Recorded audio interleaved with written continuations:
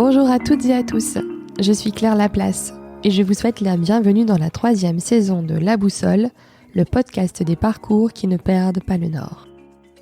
Vous allez découvrir le premier épisode de 2022. Mais avant de laisser la place à ma conversation avec mon invité, je tenais à vous dire quelques mots. Le mois de janvier a été intense, complexe à gérer pour moi, mais aussi j'en ai l'impression pour beaucoup d'entre vous. Je vous remercie chaleureusement pour vos messages. C'est tellement important dans les moments où l'on doute.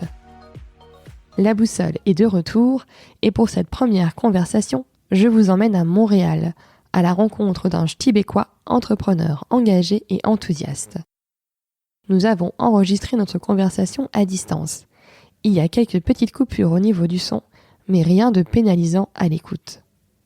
Si vous aimez ce travail, dites-le moi sur votre plateforme d'écoute préférée en vous abonnant, en mettant 5 étoiles au podcast et en laissant un commentaire. C'est par ces actions que le podcast est visible. Merci à tous ceux qui prennent le temps de le faire, c'est précieux. Pour ce premier épisode de l'année, Yves Delnat, entrepreneur à succès et engagé, s'est livré avec beaucoup d'authenticité et de sincérité sur son parcours, ses rencontres clés, comment il a préparé en famille et professionnellement son départ pour Montréal.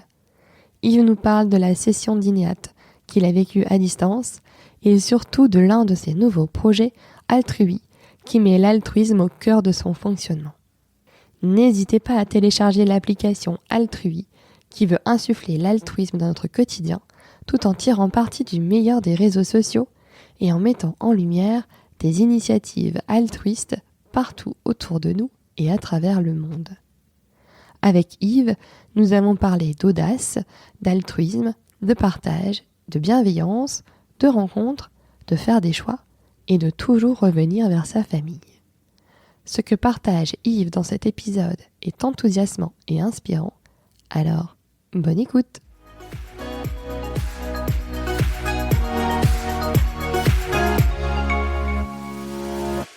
Bonjour Yves. Bonjour Claire. Je suis ravie de te recevoir dans La Boussole. Alors on avait échangé à distance quand j'avais rencontré Olivier de Surmont, je me rappelle de ça, et puis tu as repris contact avec moi pour qu'on puisse parler ensemble de ton nouveau bébé, nouveau projet. Mais peut-être avant de parler de ton actualité toute fraîche, je vais peut-être te proposer de te présenter si tu veux bien Yves.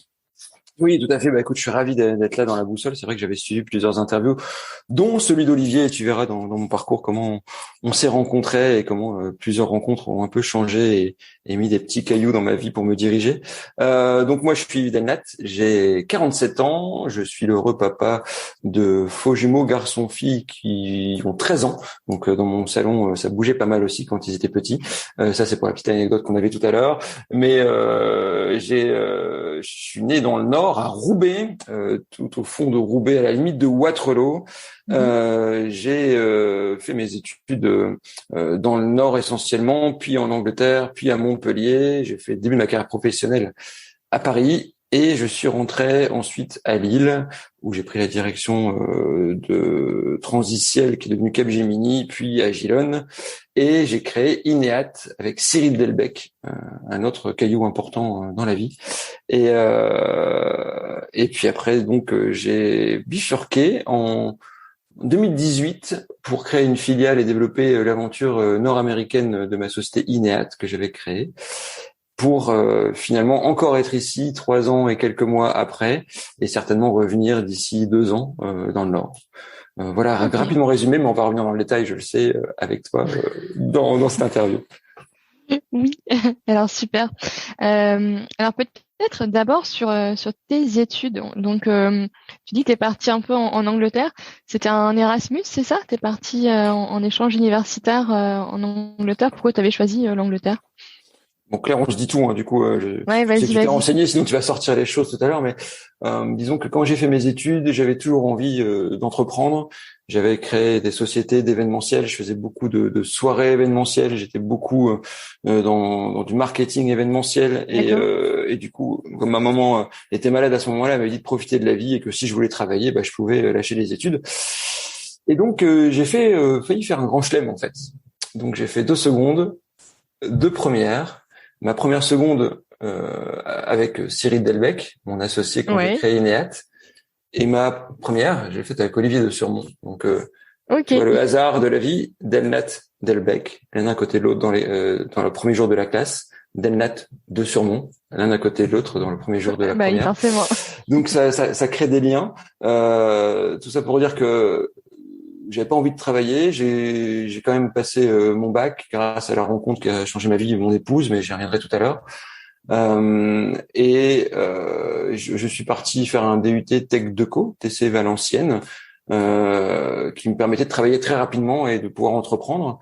Sauf que j'y ai pris goût, j'ai commencé à bien travailler et j'ai eu l'opportunité d'être sélectionné pour partir au sud de Newcastle, dans une ville qui s'appelle Middlesbrough, où ils parlent anglais comme les ch'tis parlent très ch'tis. Et donc, je suis parti tout au nord de l'Angleterre pendant 1 an pour passer un diplôme Erasmus, un double diplôme, parce que j'avais la chance de parler allemand en première langue. Et donc, du coup, j'ai passé mon diplôme européen de management international avec Erasmus. Et comme je parlais allemand, j'ai passé aussi une maîtrise anglaise que j'ai eue avec mention. Et donc, je suis revenu d'Angleterre avec la possibilité d'intégrer une école de commerce. Et j'ai choisi Subdeco Montpellier parce que c'était la seule à l'époque qui donnait une formation pour être commercial dans les domaines de l'informatique, du digital, et je savais que ça allait exploser. Donc après avoir fait une thèse sur les téléphones portables, j'ai enchaîné directement Subdeco Montpellier. Donc j'ai quitté un peu le nord pour aller tout au nord de l'Angleterre et pour aller tout au sud de la France pour après commencer la carrière à Paris. Voilà. Donc Erasmus, oui, c'était le début de l'aventure internationale avec des belles rencontres là-bas et puis beaucoup d'autonomie pour travailler, en fait, beaucoup de recherche et je pense que j'ai jamais autant travaillé que cette année en Angleterre. C'était dingue parce que non seulement tu avais la barrière de la langue qui était pas évident, surtout avec leur accent au départ, et puis en plus, et vraiment faut écouter ça, et puis la volonté de passer 2 diplômes en un an, donc beaucoup d'heures d'études, donc c'était assez important et ça a été un changement, un bon cap en tout cas dans ma vie. Ouais, donc ça veut dire que finalement, toi qui t'es pas forcément passionné par l'école, on va dire dans la partie lycée, dans la partie études supérieures, tu as trouvé on va dire le créneau qui t'intéressait, les sujets qui t'ont intéressé et mobilisé? Disons jusque à la maladie de ma maman qui est toujours là, hein, quand elle m'a dit profiter, j'ai profité et j'ai arrêté de travailler où j'ai fait le minimum, mais ça suffisait pas. Donc c'est vrai que ça a été un déclic après avec cette opportunité-là, et puis la rencontre avec Isabelle, mon épouse, qui fallait pas que je me loupe, fallait quand même que j'aille jusqu'au bout. Et donc du coup j'ai quand même passé le bac, un bac à l'époque philosophie mathématiques A1. D'accord, c'est différent, tu vois, ouf, alors que je partais sur d'autres volontés plutôt économiques ou plutôt gestion, voire marketing, mais finalement, tu vois, j'ai fait quelque chose d'un peu différent qui m'a ouvert à beaucoup de choses et peut-être la suite logique, c'est ce qu'on trouve actuellement maintenant avec l'aventure Altrui dont on parlera tout à l'heure. Ouais, tout à fait. Et donc après ton école de commerce, donc avec spécialité plutôt sur le digital, quand tu arrives sur le marché du travail, comment ça se passe? Tu vas sur Paris, donc ce que tu disais d'abord, et la vie sur Paris, enfin voilà, comment toi tu vis ça? Je me rappelle qu'avec mon épouse, on était à Montpellier et que on pouvait se baigner sur une belle plage de Montpellier qui s'appelait le Petit Travers jusqu'à mi-octobre. Et on se dit, qu'est-ce qu'on fait? C'est un choix. On a fait un beau tableau Excel, on a fait une belle matrice et on a fait des choix entre cette nouvelle étape de la vie où il fallait travailler pour nos premiers pas professionnels. On a fait ce choix d'aller à Paris.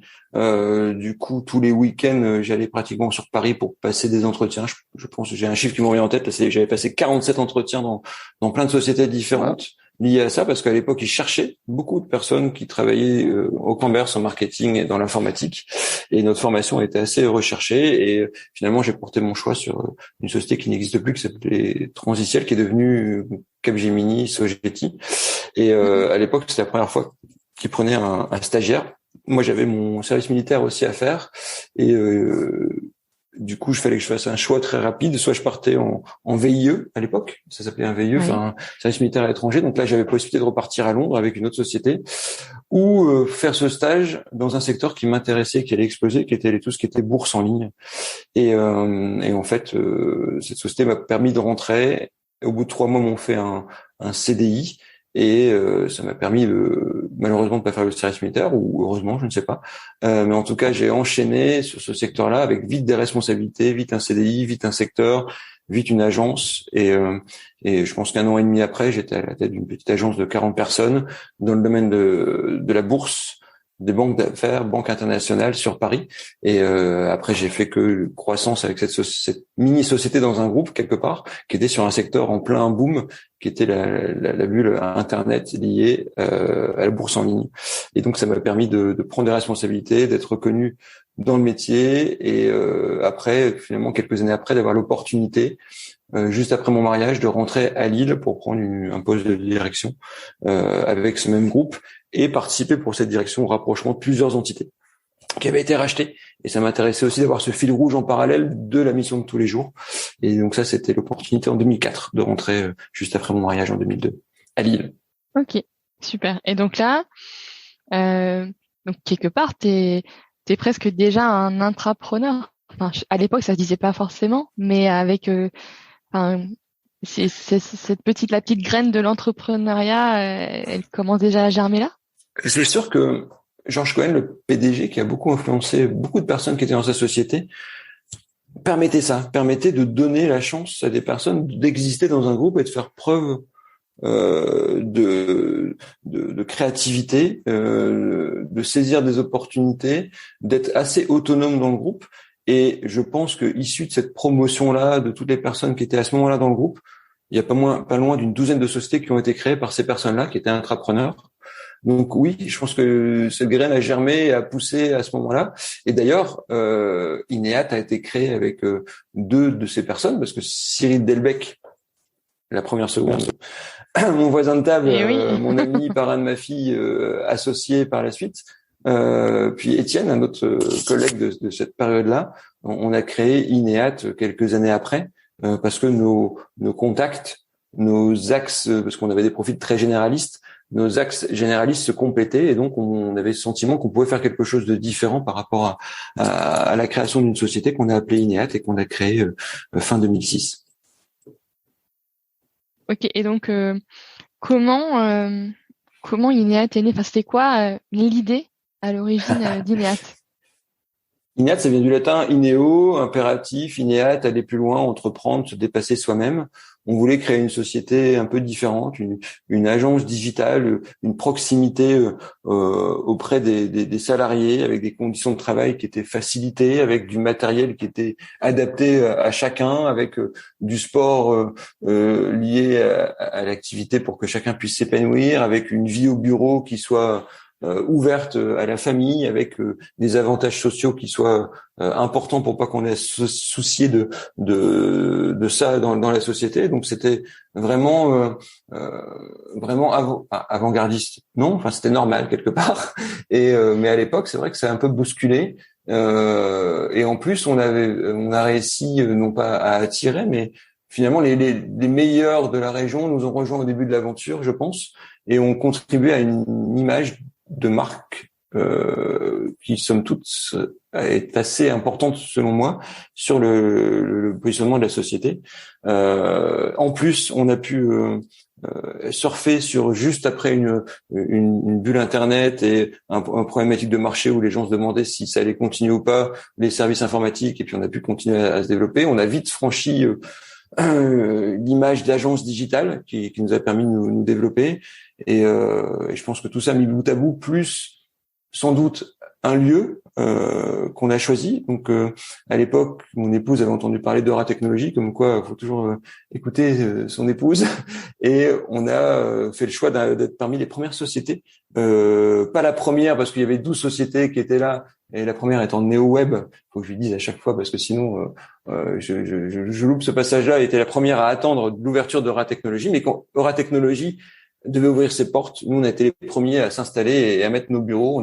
On a même fait sonner l'alarme. Je me suis fait tirer les cheveux par Raouti Chey, le directeur général de l'époque. Mais le choix du lieu a permis de nous mettre pas mal en avant. Puis après, avec eux, on a fait une formation à Stanford, assez accélérée, où on a passé un mois là-bas. Les profs sont venus un mois ici, où on a passé un MBA avec eux. Et en revenant de là-bas, c'est vrai que ça nous a un peu boosté dans le bon sens du terme, c'est-à-dire que là où on avait 100 mètres carrés, on a pris 600 mètres carrés de surface de bureau. Là, on avait comme ambition de rester qu'à Lille. On a commencé à faire le choix de partir à Londres, à Bruxelles, à Bordeaux, à Lyon, puis plus loin. Il y avait plus de limites. C'est vrai qu'on a pris des risques après cette formation-là à se dire, mais finalement, on peut aller plus loin, on peut faire quelque chose de plus gros, de plus grand. Grandir avant de grossir, c'était important. Et c'est vrai que c'est des choix comme ça de lieux, des choix de positionnement qui ont fait que l'étincelle Ignat a bien pris au départ.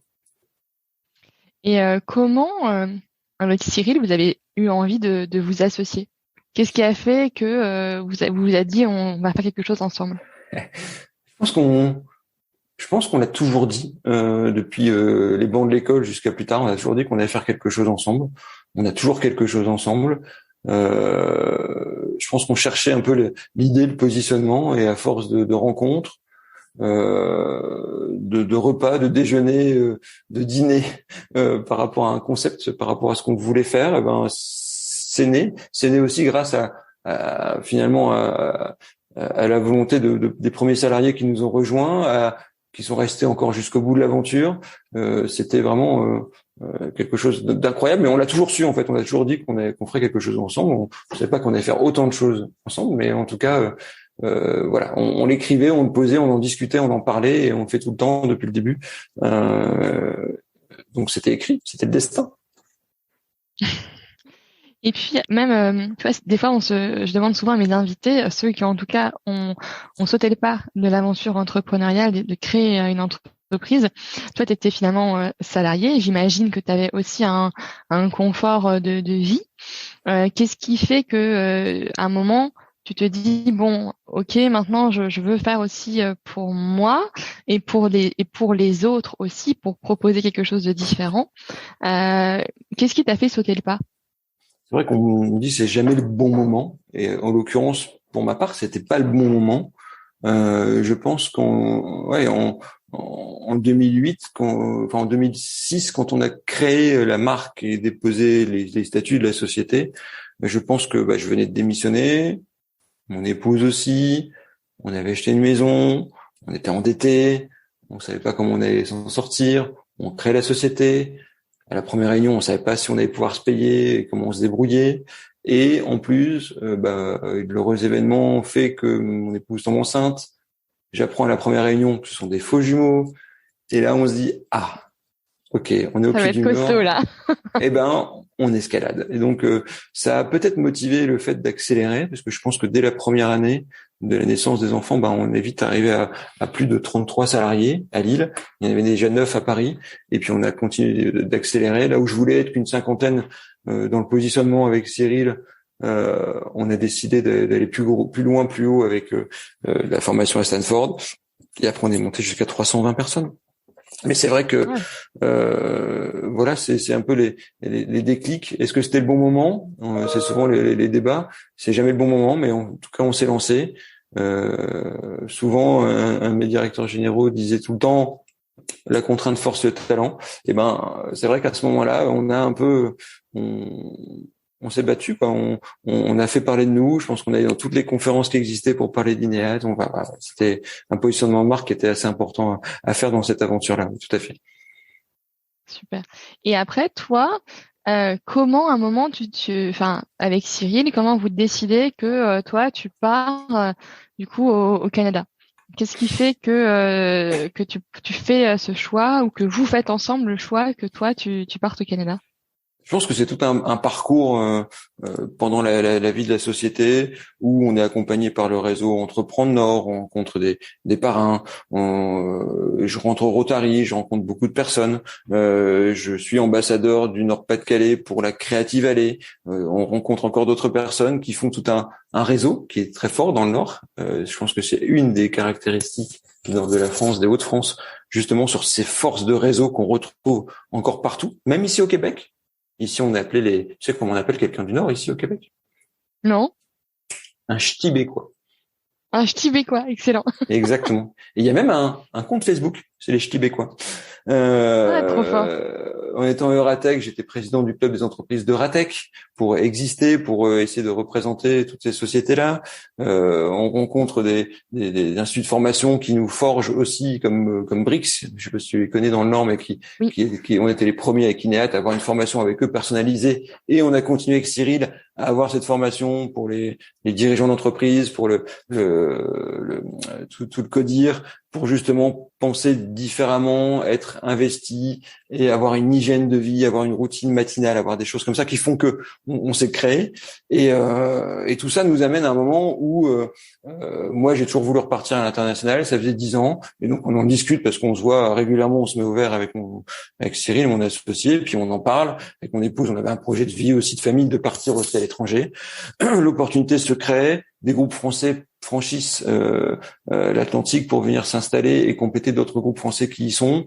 Il se trouve que ce sont aussi des très bons clients, donc on réfléchit, on se dit ok, est-ce que c'est une opportunité? Je fais plusieurs missions économiques, au total 8 missions économiques où je rencontre dans des salons des personnes, des partenaires, et tout s'aligne pour qu'on puisse venir. Je rencontre des sociétés, une société d'ailleurs qu'on rachète plus tard en arrivant ici, Solutéo, et je dois plus revenir. Là, je dois simplement déménager au mois d'août 2018, et en fait on est invité là en marge du déplacement présidentiel par Emmanuel Macron avec les 12 sociétés représentantes de la France ici au Québec qui viennent s'installer, et donc on est invité dans ce déplacement, et puis on rencontre plein de monde encore. Donc encore une fois, les planètes sont alignées.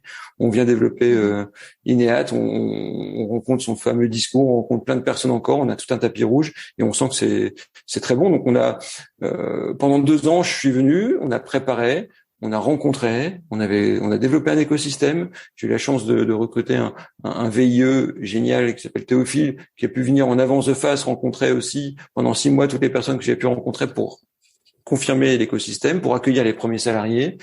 Et puis après, pendant les 2 ans de préparation, j'ai aussi recruté et délégué des tâches que je faisais pour créer tout un râteau en dessous de mon associé pour qu'il puisse être complètement autonome, et nous qu'on puisse, et que moi je puisse me consacrer au développement ici en Amérique du Nord.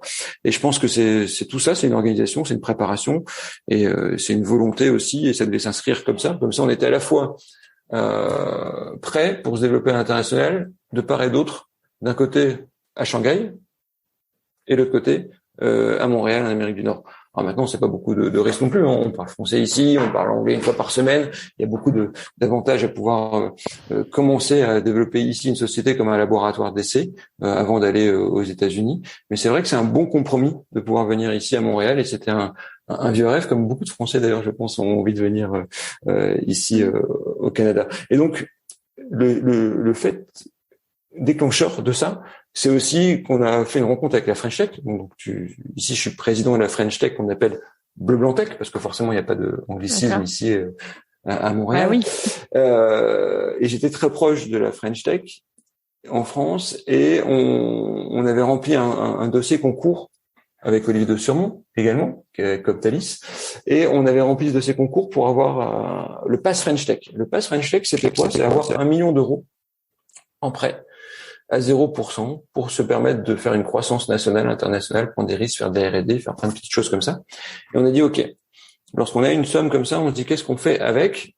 Et au Québec, on dit on prend une chance. En France, on dit on prend un risque. Ici, on dit on prend une chance. Donc, on a pris la chance de pouvoir prendre une partie de l'argent pour développer Lyon et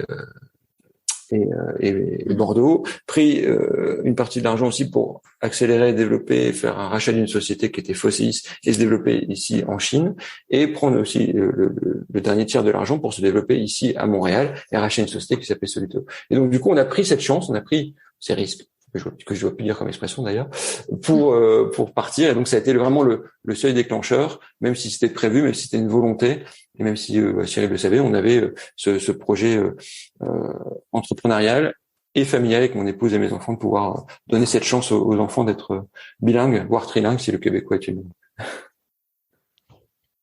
Et donc, quand tu arrives avec ta famille, tu as bien préparé le terrain avant, du coup, pour eux aussi, comment ils vivent ce changement de vie?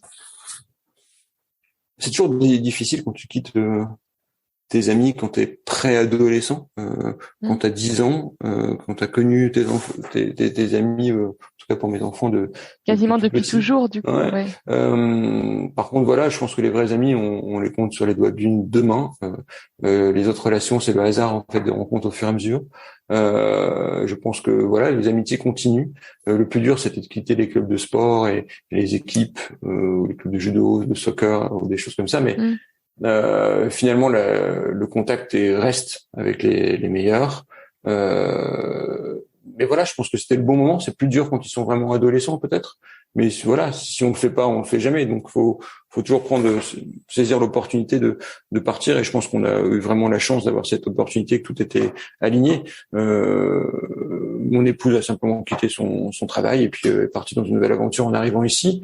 Et puis, au fur et à mesure, c'est les rencontres, le hasard des discussions et ça se refait naturellement. Le plus dur, c'est de faire le choix de la bonne école, de faire le choix de lieu d'habitation, de faire le choix. Finalement, la vie se résume à plusieurs choix, mais s'ils sont guidés et s'ils sont conseillés, au bout d'un moment, il faut décider. Finalement, le plus dur, c'est aussi peut-être de décider, mais voilà. En tout cas, on avance, on reste pas immobile, et puis chacun des membres de la famille a pu commencer à s'épanouir. Bon, après, il y a la situation qu'on connaît. Disons qu'on s'est épanoui pendant 1 an et demi et pendant 1 an et demi autre, on a été confinés. Et en plus, moi, j'ai eu un accident de sport où je suis rompu le tendon d'Achille. Donc, j'ai été mobilisé aussi quelques mois avant toutes ces circonstances-là. Donc, ça fait longtemps que, voilà. Puis au Québec, ils sont très dans les process et très dans les mesures et dans le contrôle. Donc, c'est vrai que c'est sans doute l'État ou la région dans le monde où, voilà, les restrictions ont été suivies, observées, contrôlées. On pouvait pas se rassembler comme ça. C'est assez fou de voir ça, de vivre ça en tout cas. Mais ça se passe bien. On est dans un bon environnement, donc on est redevable de ça parce que tout se passe très bien finalement depuis le début. Même si pendant 1 an et demi, l'aventure de la société avec le rachat d'une société, payer son âme, le dirigeant de la société qu'on avait racheté était décédé quelques mois après, donc ça a été très compliqué aussi au niveau de l'administration. Mais voilà, on vit des choses et on apprend à les surmonter et puis on essaye d'aider surtout tout le monde à chaque fois et on s'en sort plutôt très bien. Donc tout va bien. Il y a eu aussi la période de levée de fonds où INEAD devait lever des fonds. On a refusé plusieurs fois des levées de fonds. On a un moment juste avant la première pandémie, on a refusé un choix important d'une levée qui aurait pu aussi changer la vie de la société. Finalement, on a rebondi sur d'autres possibilités et finalement ça s'est concrétisé par un rachat avec un groupe français qui pouvait aussi protéger ainsi tous nos salariés par rapport à ce qui se passait dans le monde. Est-ce que on l'aurait fait s'il n'y avait pas eu tout ça? Je ne sais pas. En tout cas, on a fait ce choix-là simplement pour se rapprocher d'un plus gros et ce plus gros pouvait protéger tous nos employés.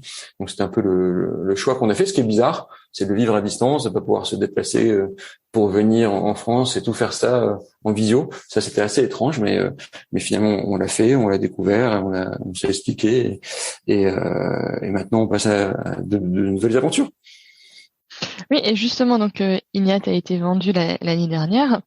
Toi, après, ok, tu l'as suivi à distance, mais j'imagine que quand on vend la société qu'on a créée, ça, enfin, émotionnellement, en tout cas, c'est pas rien.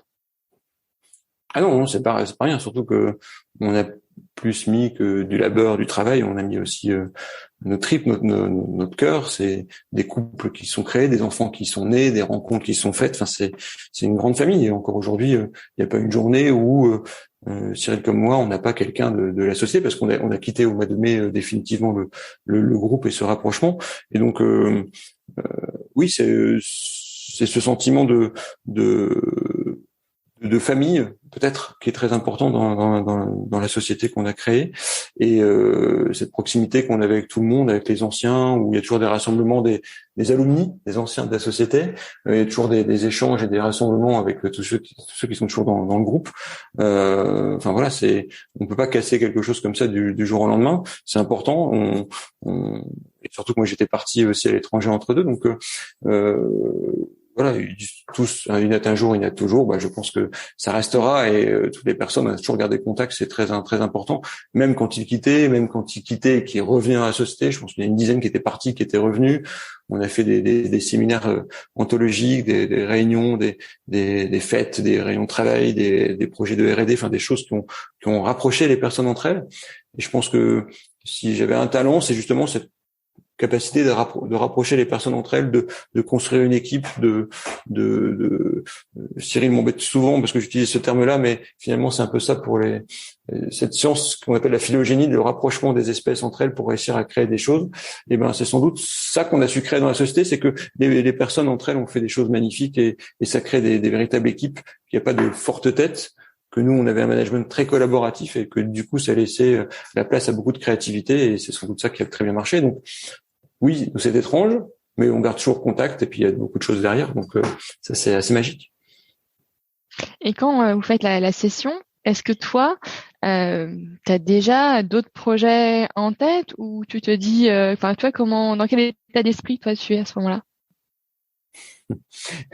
C'est comme souvent sur ma montre, mon cadran indique arrête de bouger, on n'arrive pas à te cerner, on n'arrive pas à calculer les pulsations et tout ça. Donc oui, moi j'ai toujours plein d'idées dans la tête. C'est mon gros problème, c'est que je fais beaucoup de choses, que ce soit dans la vie. Je me suis toujours dit d'abord la famille, le travail, le sport et tout ce qui est associatif. Et ce 4 quarts finalement permet de tourner autour de toutes les activités que je fais en répartissant, mais en mettant toujours vraiment une importance peut-être de plus en plus à la famille. Donc je quitte le projet en me disant je ferai d'autres choses, mais l'avantage c'est que dans la société, on a pu aider beaucoup de sociétés à se développer. Certaines à l'époque chez Avra Technologies pouvaient pas nous payer, d'autres nous ont donné des parts, d'autres nous ont pris comme conseil. Et je pense que tout ça a fait que j'ai consacré du temps à toutes les sociétés qu'on a accompagnées depuis le début. J'ai rencontré beaucoup de sociétés que j'accompagne. J'en ai 4 que j'accompagne du Québec pour venir en France et 2 que j'accompagne de France pour venir au Québec. Donc j'ai un peu un rôle de coach et de conseil en prenant du recul. Et après surtout une partie importante où je me suis dit comment finalement réussir à être utile à la société et comment assouvir un besoin que j'avais de faire quelque chose d'assez significatif, d'être utile aux autres. Peut-être la crise de la quarantaine, mais je me suis dit je vais essayer d'aider des organisations, des associations, je vais consacrer du temps pour eux, je vais donner un peu d'argent parce qu'on a gagné et comment je pourrais me consacrer à eux ou de leur donner du temps, mais en fait finalement je peux pas consacrer tout mon temps pour autant d'associations différentes. Comment je pourrais laisser une trace pour tout ce qui va se passer plus tard, pour tout ce qui se passe, quel est le dénominateur commun entre tout ça. Et il y a eu une rencontre aussi ici avec un client, partenaire, ami maintenant, qui est Jérémy, qui avait une idée, j'avais des idées aussi par rapport à tout ça. Et est né le projet Altrui qu'il avait lancé, qu'il a mis les premières pierres, sur lequel j'avais aidé à concevoir un prototype. Et finalement, 9 mois après, on a créé une application qui est un véritable réseau social, Altrui, qui est le réseau social pour l'altruisme. Et donc, on a le départ, c'est comment réussir à cultiver l'altruisme, comment insuffler un état d'esprit plus altruiste dans la société. On voulait tirer profit de toutes nos expériences. Lui, une grosse expérience de modération. Moi, sur la partie digitale, comment tirer parti des réseaux sociaux, parce qu'il y a eu beaucoup de polémiques sur eux à ce moment-là. Ça tombait bien, parce que c'est aussi un domaine d'expertise que l'on a. Et comment utiliser leur pouvoir pour réussir à cultiver finalement cet esprit altruiste, comment réussir à cultiver par un mimétisme important toutes ces initiatives inspirantes à travers le monde. Donc on voulait pas l'altruisme, c'est le contraire de l'égoïsme. L'altruisme, c'est se soucier du bien-être d'autrui sans attendre de retour. C'est pas une valeur naïve, c'est une valeur essentielle. Donc on voulait réussir à mettre en avant plein d'initiatives à travers le monde via des associations, via des personnes qui sont souvent entre deux faits divers et pas mis en lumière. Et donc c'est ce qu'on voulait mettre en avant dans ce réseau social, et pas que sur des sujets mièvres, mais aussi sur des sujets qui font depuis la pandémie, qui sont ressortis actuellement, des problèmes liés à la pauvreté, à la pollution, au réchauffement climatique. Voilà, on peut dire beaucoup de choses là-dessus. Si on veut changer la société, il faut qu'une majorité de personnes s'engagent aussi. Donc, on voulait créer un mouvement derrière ça, derrière le réseau social qu'on allait lancer. Et on est en train de le faire. Et en plus, il y a eu des rencontres incroyables. C'est des premiers ambassadeurs. Et un des premiers, ça a été quand tu fais une visio avec Mathieu Ricard. Énorme. Ça pose des choses. On teste le pitch des idées que l'on a avec différentes personnes. Une des personnes avec qui on a testé, qui est quelqu'un qui était dans le même lycée, que je t'invite aussi à inviter un jour, qui est Ludovic Dujardin, le créateur de Petit Bambou.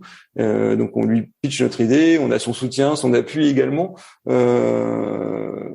Et après, on rencontre d'autres personnes, l'ancien directeur de Psychologie Magazine, Arnaud de Saint-Simon, Sarah Hertz, qui est à la tête d'un média, d'une agence aussi qui accompagne beaucoup de médias sur Paris.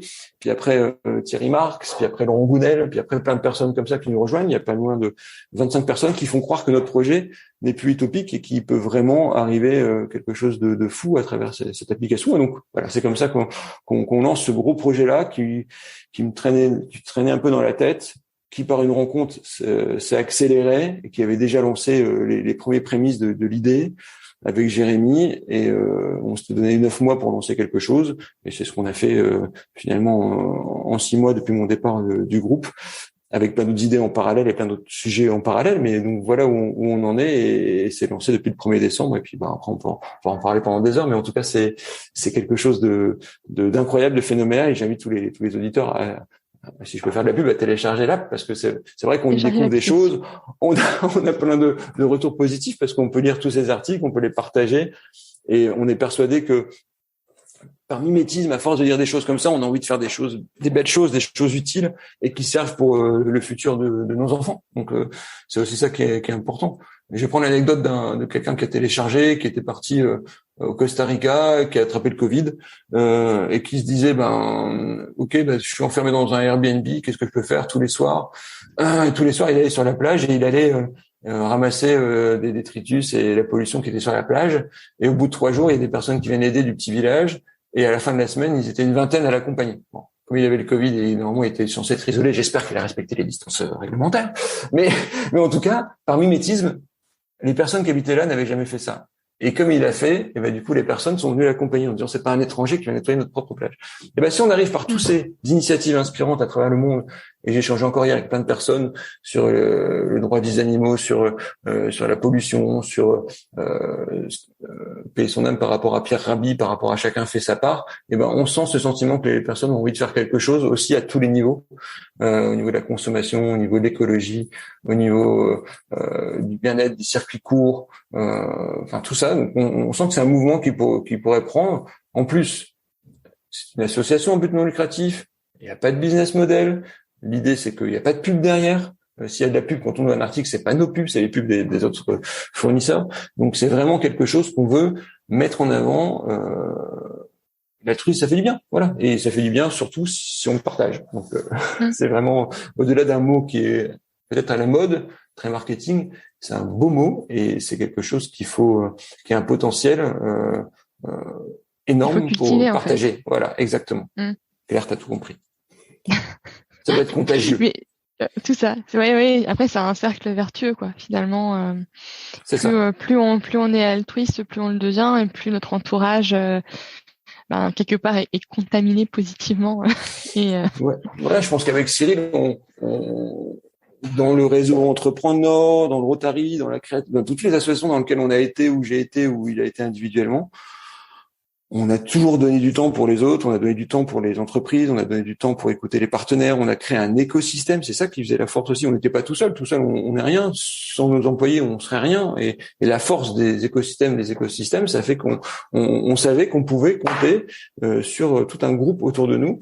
Et c'est aussi ça, c'est donner sans attendre à recevoir, mais on sait qu'on a cette force d'être ensemble. Donc si ensemble on peut accomplir des choses altruistes, c'est ça qui peut être incroyable et exponentiel, et le cercle vertueux est là, tout à fait. C'est contagieux. On crée une dynamique collective positive. Voilà. Athanas Périfan est venu nous rejoindre aussi. C'est quelqu'un qui a créé la fête des voisins, l'heure civique. C'est des choses incroyables. Ça, tu donnes du temps pour tes voisins. Tu as des talents autour de toi, tu le sais pas, et tu peux par proximité apporter des choses à des personnes que tu connais pas, et pour qu'ils soient mieux. Mais il suffit simplement de le partager, de le faire savoir. Et ben voilà, c'est des choses comme ça qui sont toutes simples, des initiatives inspirantes qu'il faut mettre en avant. Et l'application est lancée dans toute la francophonie, donc dans le monde entier pour tous les francophones dans un premier temps, puis on verra si par le don style Wikipédia, on peut aller plus loin et le lancer dans d'autres langues et le partager différemment. En tout cas, on a déjà des demandes, donc c'est ça qui est incroyable. C'est super. Et je voulais juste revenir sur un point. C'est finalement, après la vente d'Ineat, pourquoi tu choisis de rester au Canada? En fait, tu aurais pu revenir en France. Tu t'es dit finalement l'aventure allait continuer ici pour toi? Ouais, j'avais juste une fenêtre en effet pour rentrer, mais j'avais pas fini d'accomplir des choses que j'avais lancées ici, à la fois pour la French Tech, à la fois pour mon épouse et mes enfants par rapport à leur cycle d'études, à la fois parce que je voulais aussi finir d'accompagner des sociétés que j'avais commencé à accompagner, et parce que je pense que voilà, j'avais pas fini d'écrire l'histoire, parce que la frustration, c'était que finalement pendant 1 an et demi, on a créé la société au Canada, on est monté de 0 à 34 personnes, et en 1 an et demi, puis apparemment après on était bloqué. Oui. Et j'ai eu mon accident entre deux, donc du coup c'était un sentiment d'inachevé, de pas avoir accompli tout ce que je voulais accomplir ici, et donc je voulais terminer ça, et je voulais que mes enfants finissent leurs études, que mon épouse finisse un cycle de formation de sophrologie, et que voilà, qu'il y avait plein de choses à faire aussi ici avant de partir, et au niveau touristique aussi, au niveau voyage, au niveau tout ce qu'il y a à découvrir encore ici, j'ai pas le temps, voilà. Donc je voulais simplement finir tout ça, et que finalement il y a plus de frontières actuellement pour travailler n'importe où. Je pourrais travailler pour n'importe quel organisme, n'importe quel projet à distance. Bon, après c'est fatigant, c'est vrai que faire tous ces zooms, j'imagine, Claire, pour toi aussi ça va être difficile, mais finalement voilà, il y a cette proximité, on peut travailler de partout, donc il y a plus de Oui, problème. je pense que je pense que ça change aussi pas mal le rapport qu'on peut avoir avec qu'est-ce que c'est que la proximité, tu sais, avec les gens. Enfin, comme cette pandémie nous a empêchés parfois de voir des personnes avec lesquelles on travaille, même nos familles de façon générale, je trouve que du coup on a repensé la notion de proximité, et qu'on peut finalement être proche de personnes qu'on ne voit pas forcément physiquement, et qu'on peut travailler avec des personnes qui sont loin de nous géographiquement, mais dont on est proche au final par les relations professionnelles qu'on peut citer. C'est ça. En plus, c'est bien pour la planète, on se déplace moins. Donc, moins de CO2, c'est bien. Voilà, on optimise de tout, et si on peut le faire à distance, on le fait à distance, même si je pense qu'on a besoin de ces contacts. Je vois que la French Tech, on a besoin de se rassembler, on a besoin de se voir, on a besoin j'ai accueilli il y a 1 mois une délégation ch'ti qui est venue rendre visite au Québec. Alors dès que forcément c'est les ch'tis, on essaie de se motiver, de décupler d'intérêt. Et c'était sympa, et donc du coup on avait besoin de discuter, d'échanger, et c'est pendant 1 mois on a pu se revoir tous, et puis échanger à plus que la normalité, en tout cas, même si maintenant on est encore limité à 10 personnes ici au Québec pour se rassembler. Donc mais forcément, donc voilà, donc je suis resté parce qu'il y avait encore des choses à accomplir, et j'ai le sentiment que mon aventure ici n'est pas finie, et que le souhait de rentrer d'ici 1 an et demi est acté. En tout cas, voilà, c'est comme le projet Altrui, on s'est donné On s'est donné 1000 jours pour faire le changement et donner une vie à l'application. Alors ici, on s'est donné encore 1 an et demi pour finir l'aventure et tout ce qu'il y a à faire ici au Québec. D'accord. Et au Québec, il y a quand même un point. Tu vois, moi, j'ai l'équivalent de mon demi-frère qui est aussi à Montréal. Et il me disait quand même que l'hiver, c'était quand il y a déjà eu des moins 40, je crois. Il me dirait, il me racontait. Est-ce que pour toi, ça va? C'est pas un sujet? Moi, j'ai eu un moins 36. En fait, Ouais. par rapport au nord, c'est un froid sec, pas humide. Donc là, tu vois, il doit faire moins 17, mais il y a un ciel très bleu, du soleil. Et donc, quand on sort, une fois qu'on est couvert avec le bon matériel que l'on peut trouver, et ben c'est largement supportable. En plus, on fait des activités sportives, on sort pas pour rien. On fait du ski de fond, on fait du vrai ski, on fait du patin à glace, on fait du hockey, on fait plein de choses. Donc du coup, c'est vraiment tu sors pour faire des activités et limite t'as trop chaud après. Donc il suffit simplement de se préparer et c'est plus un problème. Non. Même pour rouler, même pour se déplacer, on suit plus la météo qu'ailleurs, mais sinon ça pose vraiment pas de soucis par rapport à ça. Et pour revenir à Altrui, comment tu veux faire connaître l'application? Quand même, l'objectif, c'est qu'il y ait quand même beaucoup d'utilisateurs pour que le mouvement se répande. Par quels moyens t'envisages voilà, quelque part de semer toutes ces graines de l'altruisme pour que des personnes utilisent l'application? En fait, il y a tout un plan de communication qu'on a établi avec Jérémy. Il y a tous nos ambassadeurs qu'on remercie encore de nous avoir rejoints. Tous ces ambassadeurs vont faire parler de nous. Tous ces ambassadeurs ont une vidéo qu'on appelle l'interview altruiste de telle ou telle personne. On a encore plein qui arrivent grâce à quelqu'un du Nord. La fondation est à Lille, à Eura Technologies, pour la fondation sœur de celle qui est à Montréal, ici avec un autre siège. Donc il y a 2 sièges, 2 fondations. Donc c'est un projet transatlantique, c'est un projet ch'tibécois, donc c'est important. On fait travailler aussi des sociétés du Nord, on fait travailler Ma Vision qui nous fait toutes les vidéos, on fait travailler une community manager, on fait travailler plein de partenaires à tous les niveaux pour nous aider. Et ces ambassadeurs vont faire parler de nous. Il y a tout un plan de communication. Il y a beaucoup de relais dans la presse depuis le 1er décembre. On a des télévisions qui arrivent, on a des télévisions nationales, régionales qui vont arriver. Donc plus on parle de nous, plus on fait des interviews, plus on fait des médias, plus tu vois, l'interview qu'on fait aujourd'hui, c'est le hasard qui fait que on pouvait se rencontrer aujourd'hui parce qu'on avait échangé il y a quelques mois, et parce que j'ai réécouté un de tes podcasts il y a pas longtemps qui m'avait inspiré aussi. Et donc je pense que c'est le bon moment pour en parler. Tout ce qui arrive autour de nous. Hier soir, Mathieu Ricard a fait un super post comme quoi il soutenait notre initiative. Il y a beaucoup de personnes qui nous soutiennent, beaucoup de personnes qui nous appellent. Je pense que j'ai jamais eu autant de contacts avec des personnes connues, pas connues, mais qui trouvent l'initiative très très inspirante. Pour une fois que on gère ça comme une start-up, mais en même temps c'est un projet non lucratif qui permet d'aller beaucoup plus loin et partager tout ça ensemble. Donc nous on n'attend rien en retour. On a déjà plus de 3000 téléchargements, plus de 3000 articles qui circulent, 25 soutiens. On a eu le soutien d'une nouvelle personne incroyable ici au Québec qui nous a rejoint, c'est Daniel Henkel. Voilà, dans chaque pays, il y aura des personnes qui vont aussi être ambassadeurs, ambassadrices de ce mouvement. Donc, on ne sait pas où on peut aller justement. Ça qui est bien, c'est qu'on n'a pas de contraintes. La seule contrainte, c'est peut-être le temps, c'est peut-être ce qui va se passer dans le monde, mais actuellement, voilà, il y a de la modération sur tous les articles. On arrive sur notre réseau social, on lit, on apprend, on s'informe, on partage. Pour l'instant, on gère très bien le réseau social. On a plein de bénévoles qui nous ont rejoints.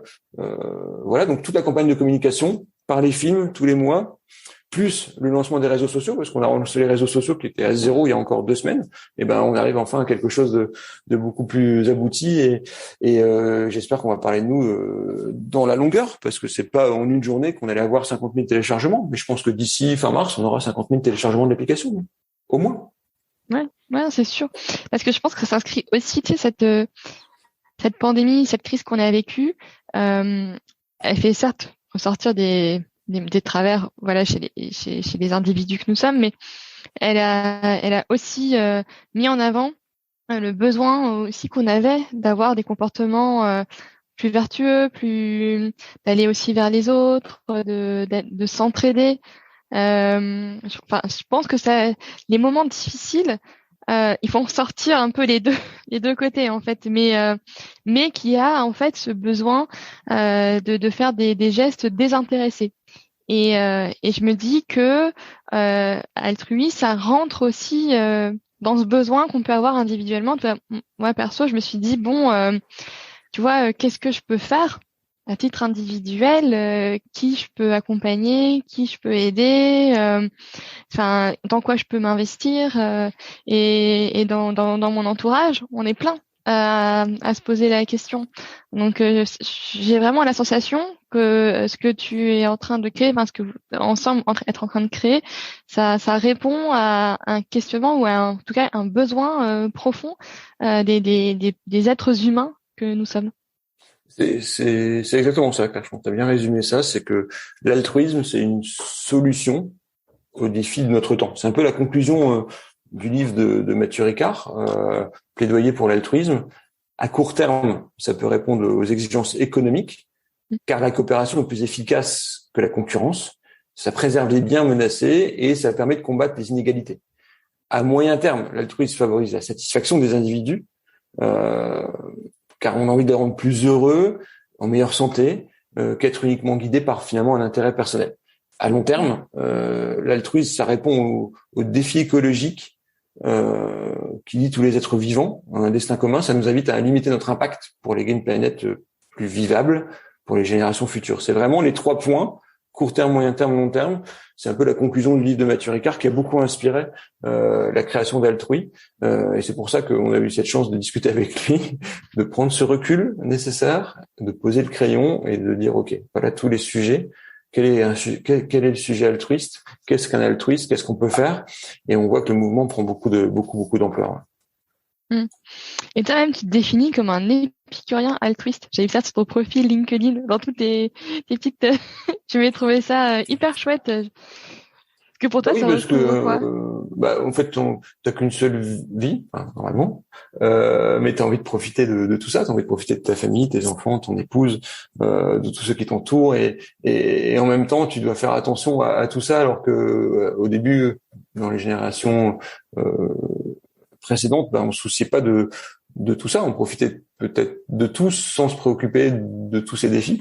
Donc maintenant, je pense que nos enfants nous le rappellent souvent. Tu verras aussi tes enfants d'une génération derrière vont te le rappeler, qu'il faut faire attention à ça et que on n'a pas envie de les entendre dire tu t'as vu comment tu nous as laissé ça, ou pourquoi vous n'y avez pas pensé avant, pourquoi vous en parlez pas. Enfin bref, c'est peut-être un peu le sujet du moment, mais en tout cas, voilà, faut les écouter, il faut aussi s'investir. Alors si on peut laisser une trace, si on peut laisser quelque chose, si on peut créer un réseau social qui a un sens, autant le faire. Nous on l'a fait. Voilà, on n'a pas d'attente supérieur, on veut simplement que ça marche. Derrière, c'est une association, c'est une fondation, donc je te dis, on n'aura que des dons de personnes ou des dons de fondations. On a déjà des promesses de dons. Le temps que les statuts soient finalisés, on peut pas encore encaisser tout ça, mais le but d'encaisser, c'est derrière peut-être créer et développer d'autres versions et de pouvoir avoir une équipe qui gère ça aussi, parce que pour l'instant, on est 2 personnes et demie et les journées sont vraiment rempli, vraiment. Ouais, j'imagine. Donc voilà, je pense que voilà, il faut qu'on partage tout ça. Et si par rapport à une initiative, une association dans ta région, dans ton pays, d'une personne de ton entourage, tu savais pas qu'il faisait ça, t'as envie de l'aider, t'as envie de partager. En ce moment, il y a beaucoup d'initiatives sur le partage des jouets dans tel ou tel pays, beaucoup d'initiatives parce que hier c'était la journée de la solidarité sur des personnes qui sont assez solidaires, des initiatives pour les enfants dans les hôpitaux, des initiatives sur la protection des animaux. Si on faisait tout un classement, c'est un peu ça. Et ce qui rassemblait tout le monde dernièrement, c'était voilà, chacun fait sa part. Mais il faut le faire savoir. Voilà. Donc, si tu fais ta part individuellement, personne ne le sait. Tu le fais et t'as bonne conscience pour ça. Mais si tu le fais et que c'est beau et que t'as d'autres personnes qui veulent l'aider, tu peux avoir plus d'impact. C'est un peu le sujet. Et je pense qu'on en a marre de trouver des articles comme ça au milieu du petit chat mignon du voisin et des vacances d'un copain éloigné qui nous énerve. Et donc, on a plutôt envie de retrouver ça dans un endroit dédié. Et donc, c'est pour ça qu'on a créé Altrui. Super. Et toi, tu as toujours été quand même impliqué localement. Voilà, que ce soit dans la technologie quand tu étais à Lille, Réseau Entreprendre, le Rotary, t'en parlais. Qu'est-ce qu'est-ce qui te motivait? Parce que quelque part, c'est aussi de l'investissement en termes de temps, d'énergie, en plus de ton quotidien de chef d'entreprise aussi à l'époque et de père de famille, d'époux, d'amis aussi avec voilà tous tes amis et tout. Pourquoi? Qu'est-ce qui te motivait à faire ça? C'est une très bonne question. Je sais peut-être pas moi-même, mais en fait, à chaque fois, j'ai envie de donner du temps parce qu'on m'en a donné. Donc, je donne en retour les choses qu'on a pu me partager. Et je pense qu'on peut aller plus vite à l'essentiel ou pas faire les mêmes erreurs si on partage ces retours d'expérience. Donc, j'apporte ma petite pierre à des idées, à des projets quand je peux. Maintenant, est-ce que je l'ai bien fait? En tout cas, j'ai essayé à chaque fois de le faire avec les personnes que j'ai pu rencontrer. Pourquoi je le fais? Ben, je sais pas. C'est ce besoin peut-être de pas oublier la boussole, savoir d'où on vient, de sa ville d'origine, de Roubaix, du fin fond de Roubaix, où j'ai pris mon baluchon et voilà, on se construit tous soi-même par rapport à des histoires et des rencontres. Et je pense que j'avais besoin de donner du temps aussi à plein de personnes durant mon parcours et je sais que après on se crée ce réseau, ce cercle et derrière on nous le rend bien. Donc voilà. Maintenant, quand on est altruiste, on n'attend pas en retour. Donc voilà, mais voilà. En tout cas, c'est des aventures comme le Rotary ou des aventures associatives autres. C'est bien aussi de sortir quand on est entrepreneur de réseau d'affaires, de réseau de distribution de cartes de visite, de réseau tout le temps business. Ça fait du bien de faire autre chose et de côtoyer d'autres milieux, d'autres faits, d'autres personnes qui s'investissent avec les moyens qu'ils ont. Et si on peut les aider avec d'autres moyens, avec nos idées, c'est encore mieux. Donc voilà, en tout cas, ça me fait du bien, ça me nourrit. Voilà. Et toi, est-ce que tu as toujours aussi réussi à maintenir un équilibre dans ta vie? Tu vois, tu parlais sur les quatre un peu ton 4 quarts des sujets sur lesquels tu étais, en mettant que tu as ta famille en numéro 1. Est-ce que c'est toujours quelque chose que tu t'es attaché à faire? Parce que ça, quand on est entrepreneur ou dirigeant, c'est pas toujours quelque chose d'évident. Et vu ton expérience, si tu avais peut-être des conseils à donner à des plus jeunes entrepreneurs pour qu'ils arrivent, parce que cet équilibre, je pense qu'il est quand même essentiel aussi pour réussir après.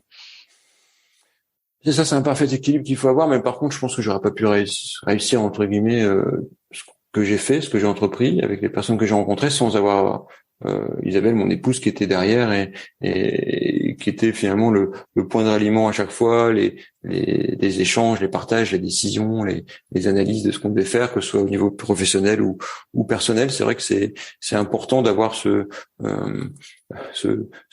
rocher, ce point de ralliement dans la famille. Donc moi il n'y a pas beaucoup de décisions qui se prennent sans échange avec mon épouse, mais c'est vrai que voilà, parce qu'on va être mariés depuis 20 ans, ça fait 29 ans qu'on s'est rencontrés, c'est important, c'est solide. Donc tout ça ça paraît beau, utopique, mais c'est vrai que les personnes que je rencontre actuellement, c'est des personnes que j'aurais jamais rencontrées si j'avais pas rencontré Isabelle au départ.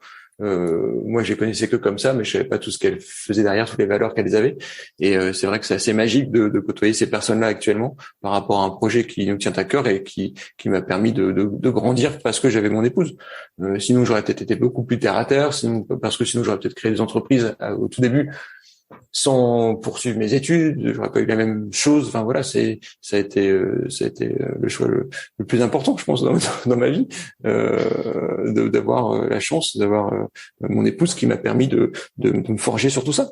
Donc voilà, chaque décision doit être réfléchie, mais il faut prendre une décision. Donc voilà, des fois c'est pas forcément la bonne, mais quand on prend une décision, faut l'assumer puis aller jusqu'au bout. Donc est-ce que c'était le bon moment? On en parlait tout à l'heure, c'est jamais le bon moment, mais en tout cas on le fait. Donc c'est sans doute ce qui dirige toujours la vie et ce qui m'a dirigé moi, c'est que des moments faut décider. Donc c'est ça qui était intéressant.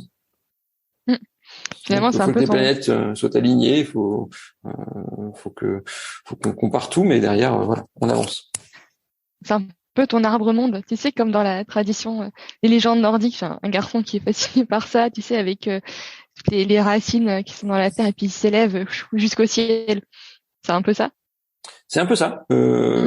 Je pense que tu poses souvent une question ou deux questions un peu à la fin de tes interviews, mais Oui. je vais y revenir, mais c'est exactement ça. Ouais. C'est ce qui est beaucoup relié. Et je me demandais, tu vois, il y a une question, alors un podcasteur que j'adore, c'est Mathieu Stéphanie, et il pose parfois une question, tu vois, où il demande à son invité ce qu'il aurait envie de murmurer à lui-même quand il avait genre, tu vois, 18 ans ou. Mais moi, c'est que j'aurais envie de te poser. Je la pose pas systématiquement parce que ça dépend un peu des personnes que je rencontre, mais tu vois, toi, Yves, si tu voulais te murmurer quelque chose à Yves qui a, je sais pas, 17, 18 ans, qu'est-ce que tu aurais envie de lui dire? Crois à plusieurs idées, lance-toi, crée des entreprises, crée des associations, lance-toi dans le bio, dans les circuits courts, dans l'écologie, dans tous ces secteurs-là, hein, que ce soit avec des entreprises ou avec des associations, mais voilà, c'est vraiment l'avenir et c'est ça ou dans la médecine ou dans voilà, des choses qui peuvent aider, qui font sens. Donc oublie les aspects plutôt matérialistes et fonce sur des choses qui peuvent servir et qui font vraiment du sens. Voilà ce que je me soufflerai tout de suite à l'oreille, sans hésiter. Super. Et c'est vrai que je regarde le petit chrono qui défile et on approche tranquillement la fin du podcast. Et c'est vrai que j'ai mes 3 questions rituelles de podcast. Et donc d'abord, celle qui, je pense, va sûrement te tenir pas mal à cœur, qui est donc le podcast s'appelle La Boussole et la boussole indique donc le nord. Pour moi, le nord, c'est surtout l'étoile polaire. C'est ce qui nous guide dans la vie aussi. Et donc toi, Yves, qu'est-ce qui te guide dans la vie? Je vais reprendre l'exemple qu'on avait évoqué tout à l'heure, mais je pense que voilà, toutes les décisions, tous les choix qu'on doit faire, tous les pas d'avancée dans la vie, c'est guidé par mon couple, je pense. Et c'est vrai que les 10 premières années, quand on construit une EAT et quand on a des jumeaux et tout ça, c'est vrai qu'on est peut-être moins présent, mais parce qu'on est un couple solide, ben on peut s'équilibrer, on peut se donner du temps. Et je pense que voilà, je pense que c'est important que ma boussole m'oriente toujours vers mon foyer, vers mon épouse, vers des choix qu'on doit faire. Et, euh, et c'est vraiment ça. Je pense que c'est le hasard de notre rencontre et c'était pas pour rien et ça a changé ma vie. Donc et encore maintenant, voilà, c'est des choses qu'on va prendre ensemble pour notre famille avant tout. Et après, rien ne nous empêche d'être partout dans le monde pour faire des choses différentes. Donc ma boussole à moi me ramène vers mon gros rocher. Et je reprends l'image de l'homélie de mon mariage. Beaucoup de personnes, ça a marqué beaucoup de personnes ce jour-là. C'est que quand on remplit dans c'est rue des gros cailloux, mais quand on remplit dans un vase des gros cailloux, puis on rajoute après des plus petits cailloux, puis après du sable, et puis après on peut encore ajouter de l'eau, on peut en remplir des choses dans la vie. Mais si on commence par les petits cailloux, après les choses importantes elles rentrent plus. Donc voilà, je pense que les gros cailloux c'est avant tout ta famille, ton épouse et tes enfants. Donc c'est ma boussole à moi qui m'emmène toujours là-bas. Super. Et puis bon, comme tu écoutes le podcast, tu sais que je lis énormément et je serais vraiment preneuse, et sûrement les auditeurs aussi, d'un conseil de lecture. Alors j'ai pas mal réfléchi à ça parce que ce serait facile de dire de plaidoyer pour l'altruisme de Mathieu Ricard, même si pour être honnête, je pense qu'il faut que je relise parce que je l'ai lu un peu en diagonale et là j'ai repris beaucoup de passages parce qu'on crée Altrui. J'ai plein de livres qui sont venus en tête, mais en fait je pensais à tout ce que je t'ai raconté là et ce qui m'a guidé tu sais le choix que tu dois faire des fois dans la vie, le destin. Et je repensais à quand j'étais jeune que je lisais beaucoup de livres dont on était le héros. Je sais pas si tu te rappelles de ça, où tu faisais un choix, tu allais sur telle page, et tu prends à gauche, à droite, machin. Et à la fin, j'aimais plus lire ça parce que une fois que j'avais pris le choix, tant pis si je mourais dans le livre ou s'il m'arrivait quelque chose, je fermais le bouquin, j'essayais pas de revenir en arrière pour faire un autre choix. Et c'est arrivé longtemps comme ça. Et après, j'ai adoré les thématiques liées à ça, au destin, au choix, les machines à remonter le temps, souffler à l'oreille, qu'est-ce que tu ferais si jamais tu devais revenir à tes 18 ans. Et il y a un livre qui est pas très connu mais qui m'a bien marqué, d'un auteur qui s'appelle Ken Grimwood, et le livre s'appelle Ripley. Et en fait, dans tout ce livre-là, c'est tu as la chance à un moment donné de revenir en arrière dans ta vie et tu peux vivre différemment des choses parce que tu sais ce qui va se passer. Et faut lire le livre parce que du coup, il se passe plein de choses.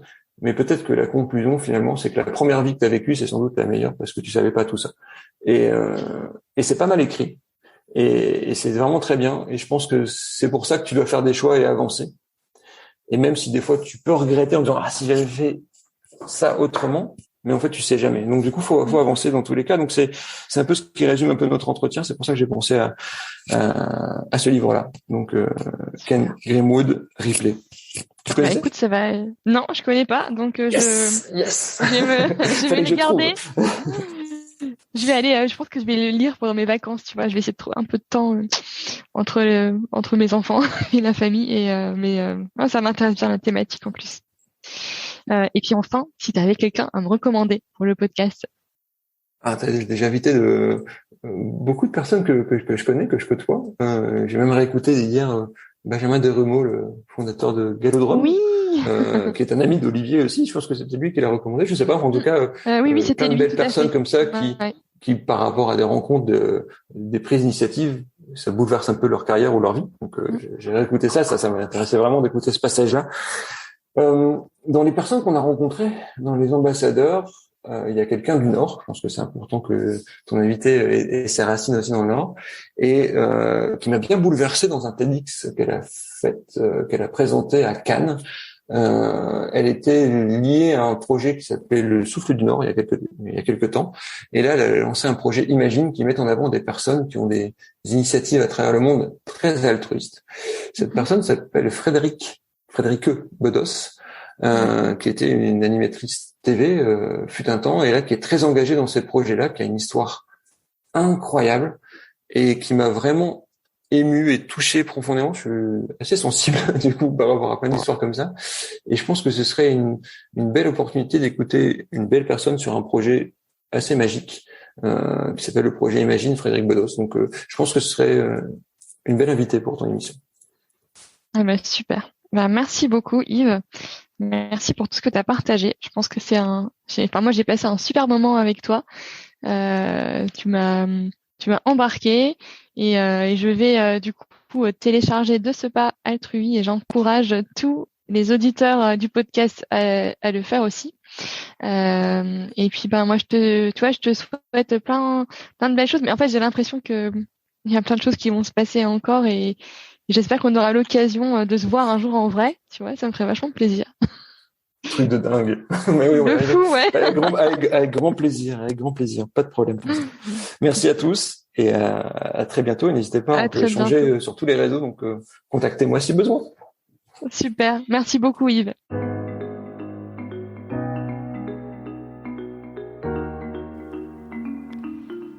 J'espère que cet épisode vous a plu. Si vous appréciez ce travail, partagez le podcast autour de vous, abonnez 2 personnes de votre entourage et dites-le moi sur Apple Podcast. Je vous donne rendez-vous dans 2 semaines pour un nouvel épisode. D'ici là, portez-vous bien et n'oubliez pas de regarder votre étoile polaire.